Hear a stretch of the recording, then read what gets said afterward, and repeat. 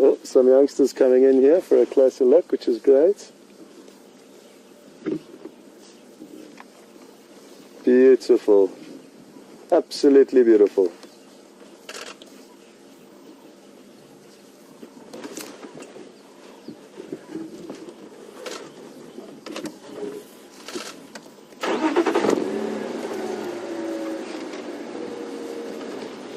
I'm going to continue trying to stay in front of them. They're moving quite quickly.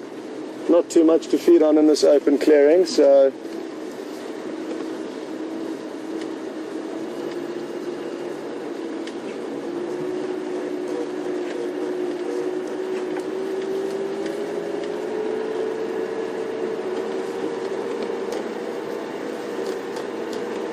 you copy me?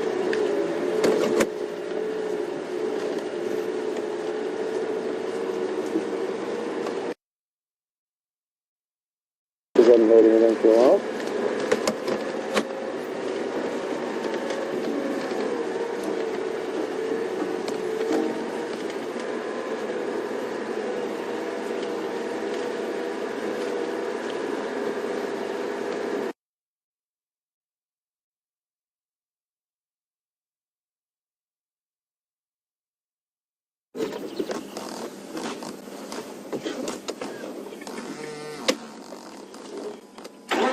Sorry folks, I'm not doing a good job here, so let me try this one more time.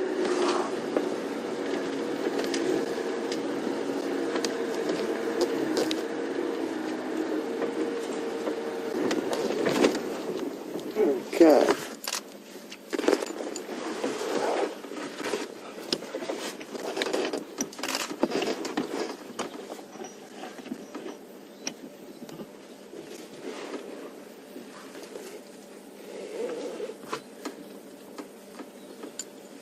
Beautiful, they're coming right up to the vehicle now, folks.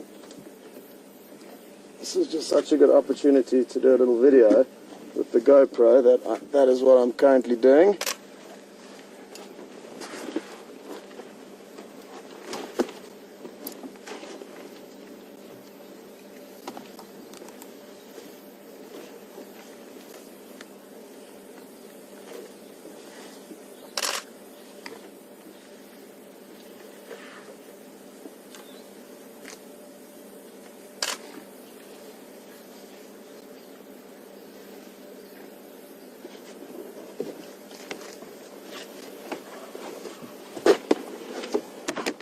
Beautiful, folks. Look at this.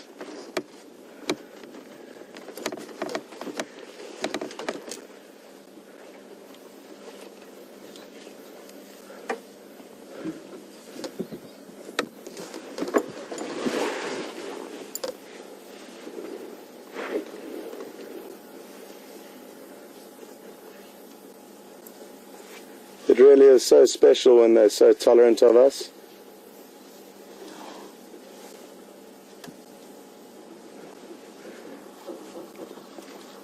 And when you see them out in the open like this, you can really get a good idea of their size perspective and the sizes between individuals in a herd. It's a lot more difficult when we see them in the thicker vegetation. Now I'm going to have another count because they're a lot more visible now. 1, 2, 3, 4, 5, 6, 7, 8, 9, 10. Yeah, I would guess about 30 that are moving through here, which is really beautiful. It's probably the biggest herd that I've seen since I've been here. It could be two herds that have joined together, but difficult to tell.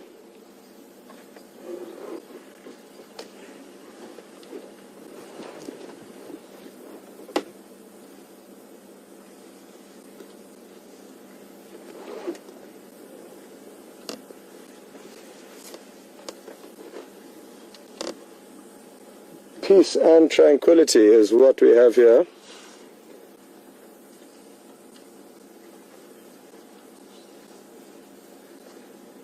I really find it interesting watching what they feed on because they do have so many options and they are quite fussy, so to watch this many all feeding on slightly different things. One's feeding on the leaves of a marula tree, others are feeding on small little forbs and saplings that are popping up after all of the rains we've had so far. Speaking of rains, it's looking like it's clear for this afternoon for now. We really thought we were going to get a thunderstorm last night, but it passed. Oh, look at that youngster. Have you got that, Nadav? With the party hat on. You got it? Let's see if it's still wearing its party outfit. It had a small tuft of grass that it had perched on its head.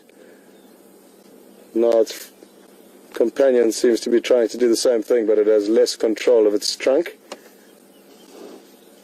It takes them a while to gain full control of that trunk. It's got a crazy figure, something like 180,000 different muscle fascicles that all can be controlled individually, thus allowing them to twist and turn and contort that trunk however it may be required to do.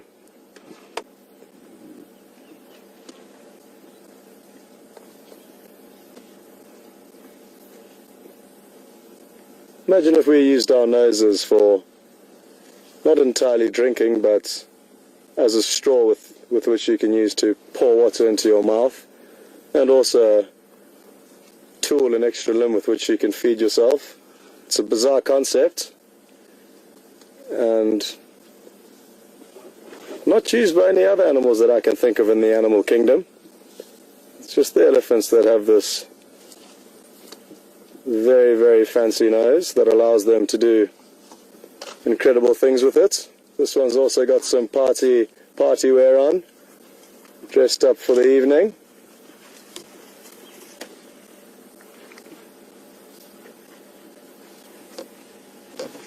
They are just coming out of everywhere.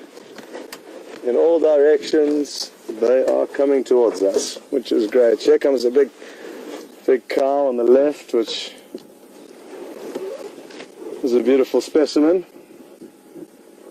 Just to give you an idea how they have surrounded us, I mean, they are all over 360 degrees surrounding us. I'm just going to reposition the vehicle again to try and get another intimate walk past from them.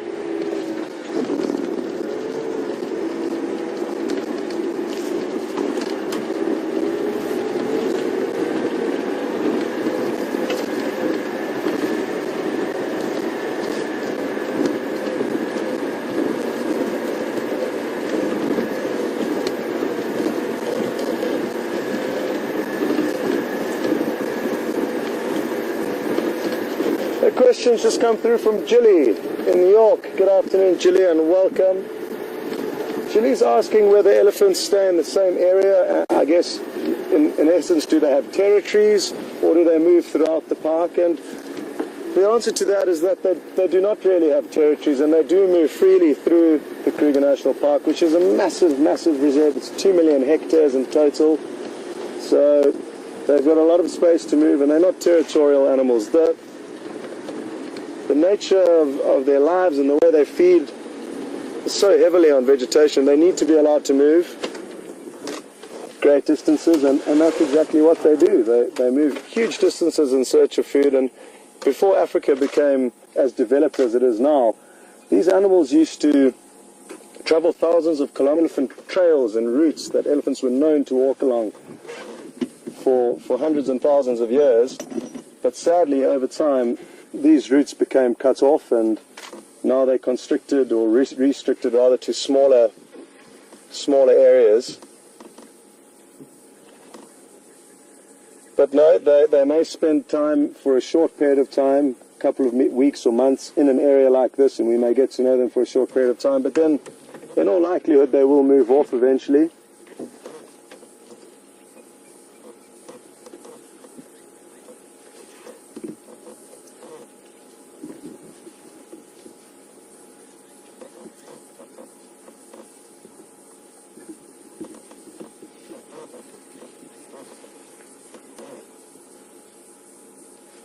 Well, thanks for that question, Julie.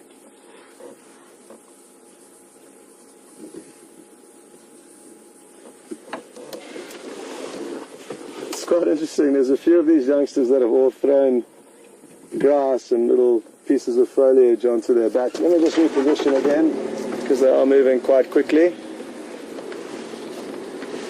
But if you don't mind just trying to straight out that antenna and that whole setup there, that might be useful for us.